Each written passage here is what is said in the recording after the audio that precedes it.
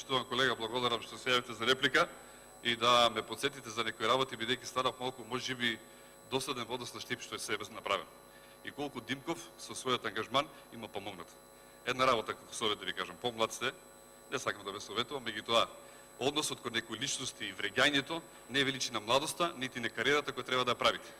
Да зборувате и да вреѓате некој што е надвор, не е често. Универзитет Гоце Делчев. Универзитет Гоце Делчев, феномен. Автопатот Гоце Делчев. Индустријска зона. Хидросистем Слетовица. 2006 во Штип имаше 14.600 невработени, сега скоро и да нема невработеност. Странски инвестиции, знаете колку таму има изградено странски инвестиции. Локални патишта. Ја почнавме клиничката болница, не сте способни да ја завршите. Зголемени пензии, субвенции и уште ред многу други на локални ниво, како што ги постигнува нашите градоначалници. Почитуван колега.